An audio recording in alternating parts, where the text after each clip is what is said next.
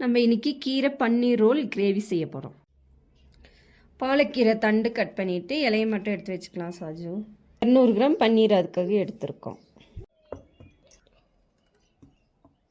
தூள், மல்லித்தூள், chicken masala, salt இது ஒட்டுற அளவுக்கு நல்லா மிக்ஸ் பண்ணி கொடுத்துக்கலாம்.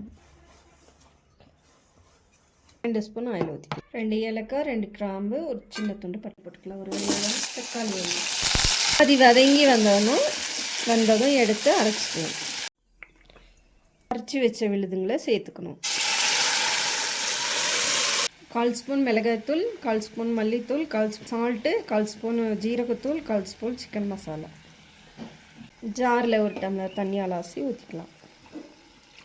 நல்லா கலந்து விட்டு ஒரு கொதி விட்டுக்கலாம்.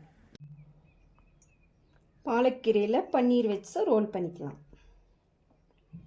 இது நல்லா இருக்கு. இந்த மாதிரி ரோல் பண்ணால் கொஞ்சம் டிஃப்ரெண்ட்டாக இருக்குது. டிஃப்ரெண்ட்டாக இருக்கு, தெரியும். குழந்தைங்களுக்கும் நல்லா இருக்கும்ல. அப்படியே குத்து லாக் பண்ணி வச்சுக்கலாம். பாலக்கீரை ரோலை தோசைக்கல்ல வச்சு லைட்டாக ஃப்ரை பண்ணி எடுத்துக்கலாம். ஃப்ரை பண்ண பாலக்கீரையை கிரேவியில் சேர்த்துக்கலாம். ஒரு கொதி விட்டு இறக்கிக்கலாம். பாலக்கீரை கிரேவி ரெடி ஆயிடுச்சு. பன்னீர் பாலக்கீரை கிரேவி ரெடி.